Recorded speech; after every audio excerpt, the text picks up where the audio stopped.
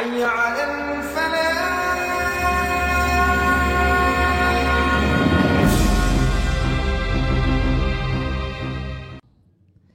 Begitu juga yang Ustadz kita yang tadi menerjemahkan beliau, Ustadz Adi Alwi, semuanya para asatid, para kiai, para sesepuh, pangda yang alhamdulillah istiqamah hadir di sini.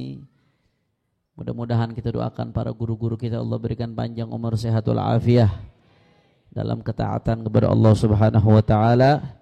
Amin ya rabbal hadirin hadirat jamaah pengajian mingguan bersama DPP FPI dan Majlis Masjid Al-Islah yang mudah-mudahan selalu diberkahi oleh Allah Subhanahu wa taala.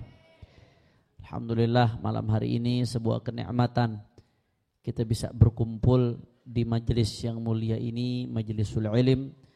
Mudah-mudahan sebagaimana malam hari ini kita kumpul di sini dan setiap malam Rebo, setiap malam Kamis kumpul di sini, mudah-mudahan di akhirat kita dikumpulkan bersama Rasulullah. Amin ya rabbal alamin. Ahibba'il kiram, saya pertemuan yang lalu, beberapa minggu yang lalu saya lupa, saya hadir, saya bilang saya akan ganti kitab fikih yang sifatnya dasar. Waktu itu belum saya tentukan, insyaallah biiznillah di pertemuan berikutnya saya akan ngaji di sini Safinatun Najah. Nah, setiap saya ada kesempatan, setiap ada fursah, setiap saya bisa hadir di sini, kita akan sama-sama kaji kitab Safinatun. Nah, kalau bisa bawa kitabnya kecil, paling enggak sampai 5.000 harganya kalau dicari itu. Nah, kalau bisa bawa kitabnya. Insyaallah setiap saya mau hadir, saya kabarkan ke salah satu yang ada di sini nanti. Siapa yang punya jaringan jamaah pengajian malam Kamis? Nggak ada. Walhasil insyaallah nanti kita aturlah bagaimana. Insyaallah kita mulai Safinatun aja. Tapi sebelumnya malam hari ini saya ingin bahas satu pembahasan penting. Kita hari ini dibikin kaget, cukup kaget dengan satu pernyataan yang mungkin orang sebenarnya nggak layak bicara dalam bidang itu, tapi dianggap sebagai pimpinan dalam bidang tersebut. Kalau kita lihat dari pernyataannya, rasa-rasanya nggak pantas dia bicara dalam bidang tersebut. Yaitu Profesor Dr. Andes Yudian Wahyudi MA PhD, mantan Rektor UIN Sunan Kalijaga, yang juga merupakan Kepala Badan Pembinaan Ideologi Pancasila BPIP. Apa dia katakan, saudara? Dia katakan bahwasanya kalau mau jujur, musuh terbesar Pancasila adalah agama.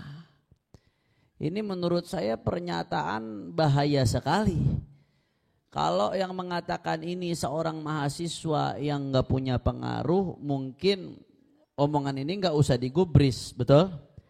Nah, kalau yang mengatakan ini anak kecil, mungkin omongan ini gak usah kita pedulikan, betul? Tapi yang mengatakan seorang Kepala Badan Pembinaan Ideologi Pancasila BPIP yang ditunjuk langsung oleh Presiden, innalillahi. Saudara, pernyataan seperti ini sangat-sangat kontras, sangat-sangat bertentangan dengan sejarah Pancasila, sangat-sangat bertentangan dengan sila-sila yang ada di Pancasila, dan sangat bertentangan dengan spirit yang ada di Pancasila. Yang pertama kita lihat sejarah Pancasila.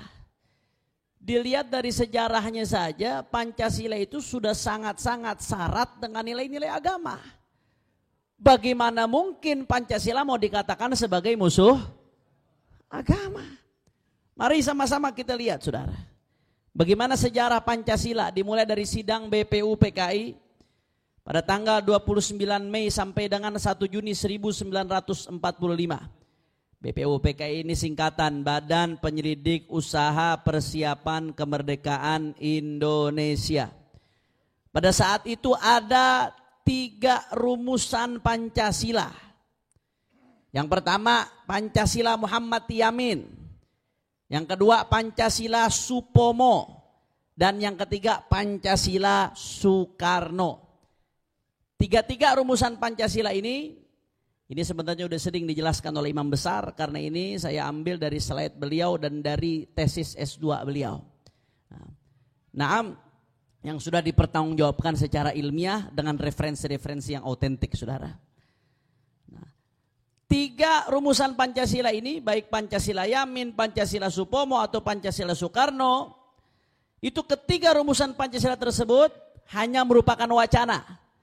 Nah, tidak pernah diputuskan oleh BPUPKI sebagai rumusan yang sah. Nah, Muhammad Yamin Pancasilanya belum seperti sekarang. Dikatakannya 5 dasar negara namanya disebut. Yang pertama pri kebangsaan, pri kemanusiaan, pri ketuhanan, pri kerakyatan, dan kesejahteraan rakyat. Kemudian Pancasilanya Supomo disebut Pancadharma. Itu ada 5 juga, persatuan, kekeluargaan, keimbangan lahir dan batin, musyawarah, keadilan rakyat. Sama gak sama Pancasila yang sekarang? Sama atau beda? Beda. Kemudian Pancasila Soekarno, yang pertama kebangsaan Indonesia. Yang kedua internasionalisme atau pri kemanusiaan. Yang ketiga mufakat demokrasi. Keempat kesejahteraan sosial. Yang kelima ketuhanan. Saya mau tanya, isi sama susunannya secara utuh sama nggak sama Pancasila yang sekarang? Sama atau beda? Makanya tiga-tiganya ini dari 29 Mei sampai 1 Juni, 3 rumusan ini belum diresmikan oleh BPUPKI sebagai Pancasila yang menjadi dasar negara yang sampai saat ini kita pakai.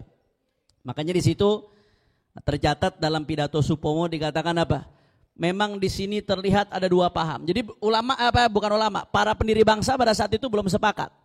Para pendiri bangsa pada saat itu belum sepakat sehingga belum diputuskan mana yang akan digunakan dari 3 itu. Makanya terlihat dalam pidato Supomo, memang di sini terlihat ada 2 paham. Yang pertama paham dari anggota ahli agama yang menganjurkan supaya Indonesia didirikan sebagai negara Islam. Dan anjuran lain sebagai telah dianjurkan oleh Tuan Muhammad Hatta, ialah negara persatuan nasional yang memisahkan urusan negara dan urusan Islam, dengan lain perkataan bukan negara Islam. Nah, intinya pada saat itu belum ada titik temu, dan akhirnya pada saat itu dibentuk Panitia 9. Panitia 9 itu terdiri dari kalangan Islamis dan kalangan nasionalis. Kalangan Islamis itu ada Kiai Haji Wahid Hashim, Kiai Haji Abdul Qahar Mudzakkir, Kiai Haji Agus Salim, Abi Kusno Cokro Sujoso. Kemudian ada juga dari kalangan satunya Soekarno, Muhammad Hatta, Muhammad Yamin, Ahmad Subarjo, dan yang terakhir ada A.A. Maramis. Hasilnya akhirnya apa? Setelah mereka ini menggodok Panitia 9 ini, hasilnya lahirlah Piagam Jakarta 22 Juni 1945. Piagam Jakarta ini hampir sama persis seperti Pancasila yang sekarang kita hafal, yang dibaca di sekolah-sekolah, yang dijadikan dasar negara saat ini. Cuman perbedaan yang pertama, ketuhanan dengan kewajiban menjalankan syariat Islam bagi pemeluknya. Nah, ini rumusan Pancasila yang autentik, karena merupakan konsensus nasional yang pertama kali disepakati para founding father negara Indonesia dari semua elemen bangsa dan menjadi putusan resmi BPUPKI, dan inilah dasar negara. Nah, Pancasila dari Piagam Jakarta itu, inilah dasar negara tatkala proklamasi 17 Agustus 1940. Kira-kira sampai sini jelas atau tidak? Nah, jadi akhirnya yang disepakati pada saat itu, sebelum Indonesia merdeka, terakhir yang disepakati oleh Tim 9 yang 5 itu. Sesuai dengan Piagam Jakarta. Yang pertama ketuhanan dengan kewajiban menjalankan syariat Islam bagi pemeluknya, kemanusiaan yang adil dan beradab, persatuan Indonesia, kerakyatan yang dipimpin oleh hikmat kebijaksanaan dalam permusyawaratan perwakilan, dan yang kelima keadilan sosial bagi seluruh rakyat Indonesia. Walaupun itu akhirnya sehari setelah merdeka pada 18 Agustus 1945, ketuhanan dengan kewajiban menjalankan syariat Islam itu dirubah menjadi ketuhanan yang maha ala kulli hal. Nah, nanti sempat ada beberapa kali perubahan lagi. Ada Pancasila UUD RIS 29 Oktober 1949, Pancasila UUDS Undang-Undang Dasar Sementara 20 Juli 1950 dan Pancasila Dekret 5 Juli 1959 dan yang itu yang berlaku sampai saat ini, Saudara. Pancasila yang dijiwai dengan piagam Jakarta sebagaimana termuat secara eksplisit dalam Dekret Presiden Soekarno 5 Juli 1959. Intinya kesimpulannya, saya nggak mau bahas terlalu detail sejarah Pancasila, itu sekilas saja. Dari situ aja bisa kita paham bagaimana mungkin Pancasila mau dipisahkan dengan agama. Sedangkan perumus Pancasila itu diantaranya terdiri dari para ulama. Dan para ulama pada saat itu memperjuangkan syariat Islam. Ada Kiai Haji Wahid Hashim, Kiai Haji Abdul Qahar Muzakir, Haji Agus Salim. Mereka memperjuangkan syariat Islam. Mereka memperjuangkan Indonesia ini menjadi negara Islam, Saudara. Bahkan tadi disebutkan secara eksplisit dalam pidato tadi. Artinya apa? Kenapa akhirnya bisa ketemu titik temu ini Pancasila yang dijiwai piagam Jakarta? Karena ini titik temu supaya di negeri ini walaupun bukan negara Islam secara eksplisit, tapi tetap didasarkan dengan spirit Islam. Didasarkan dengan spirit agama. Tidak bisa dipisahkan dengan nilai-nilai agama. Sila pertama, yang paling atas, yang paling menonjol, ketuhanan yang Maha Esa. Artinya peraturan apapun, undang-undang apapun, perda manapun, apapun itu tidak boleh bertentangan dengan nilai-nilai ketuhanan yang Maha Kira-kira jelas atau tidak? Nilai ketuhanan yang Maha Esa itu ajaran apa kalau bukan ajaran agama? Lantas dikatakan musuh terbesar Pancasila itu agama, logikanya dari mana? Baik dari segi historis, substansi Pancasila, spirit Pancasila, itu pemahaman yang sama sekali tidak bisa dibenarkan, menunjukkan kualitas pembicaranya ada sesuatu dengan agama, Saudara. Betul-betul. Kira-kira sampai sini jelas atau tidak? Jelas atau tidak? Saya heran, saya nggak habis pikir orang kayak gini kok bisa jadi ketua BPIP. Ada apa membentur-benturkan Pancasila dengan agama dengan pernyataan seperti itu apa? Tujuannya apa? Maksudnya apa? Musuh Pancasila itu bukan agama. Andai kata musuh Pancasila agama, ulama dari awal nggak bakal mau nerima Pancasila, betul?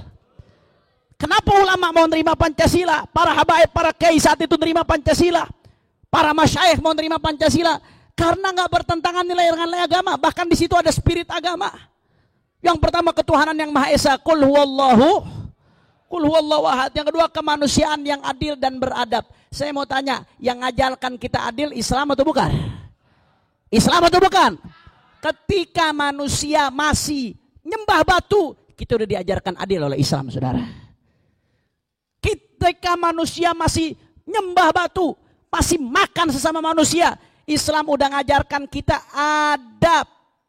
Innama bu'itsu liutammima makarimal akhlak. Nabi diutus buat menyempurnakan akhlak. Lantas dari mana bertentangannya dengan agama? Dari mana ceritanya Pancasila jadi musuh agama? Yang ketiga persatuan Indonesia. Sebelum kita kenal semangat persatuan dari yang lain, pertama kali kita mengenal semangat persatuan dari wa'tasimu bihablillahi jami'an wala tafarraqu. Islam yang ngajarin kita bersatu, jangan bercerai-berai. Kalau bersatu kalian kuat, kalau bercerai-berai kalian lemah, musuh akan menghantam kalian. Dari mana kok agama mau dijadikan musuh Pancasila? Yang keempat, kerakyatan yang dipimpin oleh hikmah kebijaksanaan dalam permusyawaratan perwakilan. Siapa yang ngajarkan kita musyawarah? Islam. Wa amruhum syura bainahum. Islam yang ngajarkan kita musyawarah. Tanpa Islam kita mungkin gak kenal musyawarah, Saudara. Islam yang ngajarkan kita musyawarah. Al-Quran yang ngajarkan kita musyawarah. Dari mana? Agama dikatakan sebagai musuh terbesar Pancasila, Saudara. Dan yang terakhir, keadilan sosial bagi seluruh rakyat Indonesia. Sebelum manusia kenal keadilan, mohon maaf, sebelum kita kenal keadilan, ketika manusia di Indonesia masih banyak yang belum pakai busana, Saudara, Al-Quran sudah ngajarkan keadilan. Innallaha ya'muru bil adli wal ihsan. Jadi logika dari mana? Pemahaman dari mana yang mengatakan musuh terbesar Pancasila adalah keliru. Musuh terbesar Pancasila itu PKI, betul? Karena PKI itu bertentangan dengan ketuhanan yang maha PKI itu anti Tuhan, itu musuh Pancasila. Betul? Musuh Pancasila itu adalah korupsi, itu musuh Pancasila. Kenapa? Karena itu mengancam keadilan sosial bagi seluruh rakyat Indonesia, betul? Tuh maling yang nyolong Jiwasraya, maling yang nyolong Asabri, maling yang nyolong ini, nyolong itu, pejabat-pejabat koruptor, itu musuh terbesar Pancasila, saudara, betul? Partai-partai koruptor itu musuh terbesar Pancasila, saudara, betul? Dari mana musuh terbesar Pancasila? Agama, saudara. Musuh terbesar Pancasila itu adalah kemaksiatan, kemunkaran, perjudian, kepelacuran, saudara. Berbagai kemaksiatan lainnya, itu musuh terbesar Pancasila. Para penista agama, itu musuh terbesar Pancasila. Kenapa? Karena bertentangan dengan nilai-nilai ketuhanan yang maha bertentangan dengan nilai-nilai adab dan akhlak yang diajarkan oleh Pancasila. Kira-kira jelas atau tidak? Jelas atau tidak? Jadi saya nggak habis pikir, ini orang seperti ini diangkat menjadi kepala badan pembinaan atau pengawas.